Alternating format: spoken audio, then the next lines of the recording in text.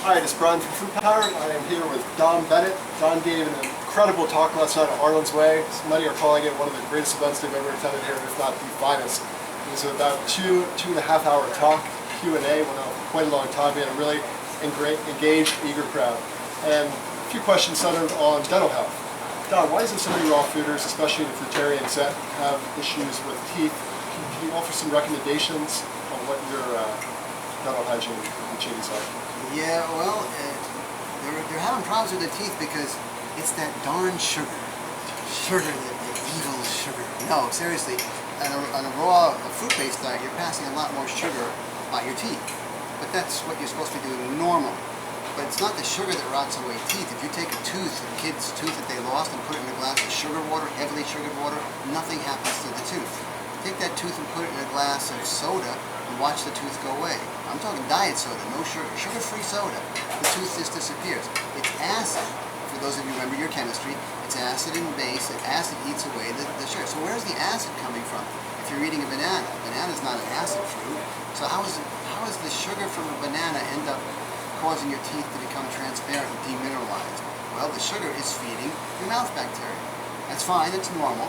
And your mouth bacteria, when it's fed, it grows, and bacteria are living organisms. So in the process of living, they do what we do. They poop, and their poop is acidic. So their waste products are acidic, and there's where the acid comes from that is wearing away the teeth.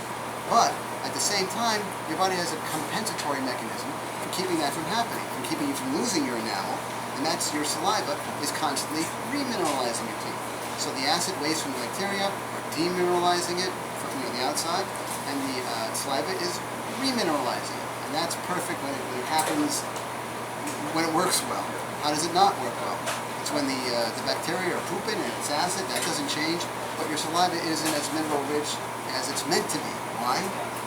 Foods you're eating aren't as mineral rich as they're meant to be, because they're not coming from where they did millions of years ago. They're coming from an agri-based food society, a food industry that's growing for what? Sugar content, pest resistance, appearance, shelf life, a lot of things, but not for nutrition. So if the food you're eating is undermineralized, your saliva will be undermineralized, and there's where things start going south. You're getting out of balance, and you start losing your enamel. You get good minerals back into your diet in some respect, and you get your teeth back, and you don't have that problem. Excellent.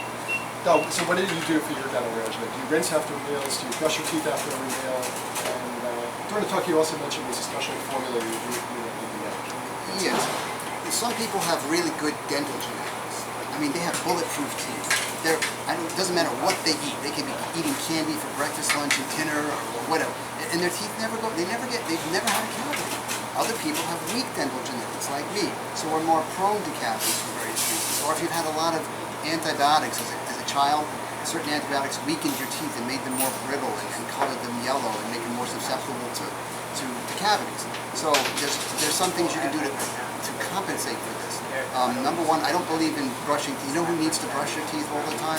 The people eating a typical Western diet. They need to be brushing them all the time. They need to be polishing their teeth to keep that tartar, the plaque buildup down to a bare minimum. If you're eating a fruit-based diet, you don't get any kind of plaque. There's nothing. So you don't really need to be brushing your teeth like this. They teach you to do that. That's polishing. We don't need to do that. I do use a toothbrush as a tooth tool. Really slow, very slow, just working it around, getting under the gum line. It's a very good toothbrush. It's designed to do this so it doesn't aggravate your gums and cause them to recede. And you're going very slow, and that's about it. And I'll floss with a string floss, but only to get those little annoying pieces of mango out from in between my teeth that happen to overlap.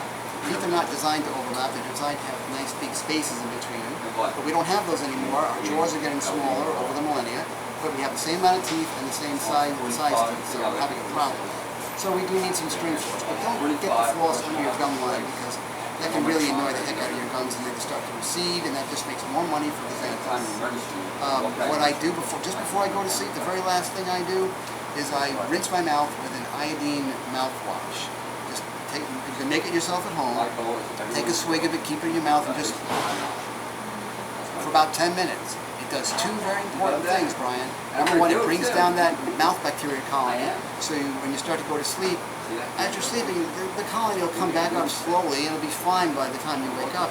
but during that time it's a much smaller colony, and so there's less waste products, and your body can kind of get ahead on that remineralization thing. So there's less demineralization going on. But the other thing it does is, how do dentists strengthen teeth? They put on a fluoride treatment. Well, fluoride and iodide are very similar. Iodide the body requires for various things, lots of different things, but the body has no fluoride requirement at all.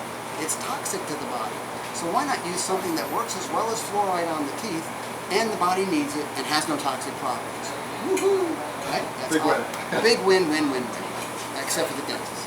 So that's iodine, and you make this yourself. It's really cheap. You just rinse your mouth out with it, and look, if you forget and you swallow it, hey, you need iodine. That's one way of getting it. I wouldn't recommend swallowing it, but you spit it out, and you go right to sleep.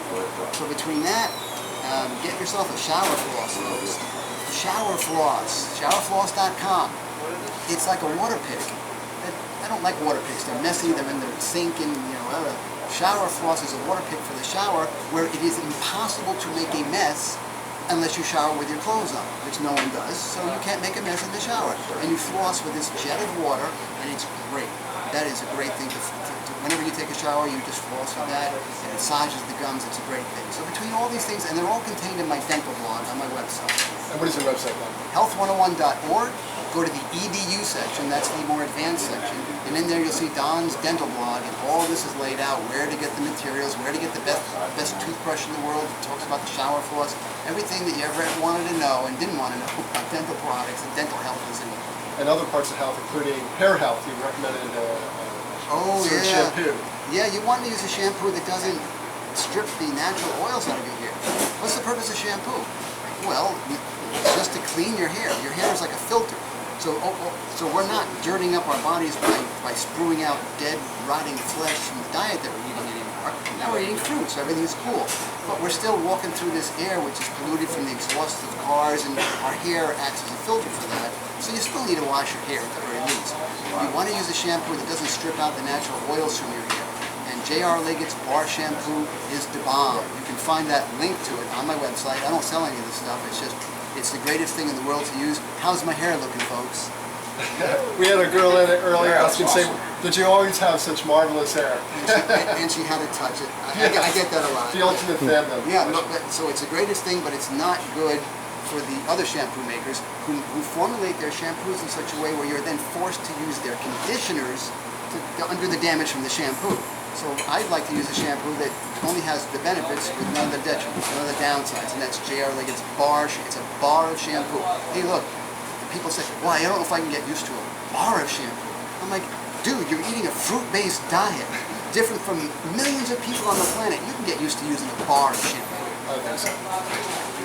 Anyway, this is Don Bennett visiting Arnold's Way, and just want to say thank you very much. Really appreciate everything you do. Thank you for having me. And Don is a writer for Food Power Digest, by the way, so Yes, subscribe and absolutely. check out Don's insightful stories. Come out every 2 months.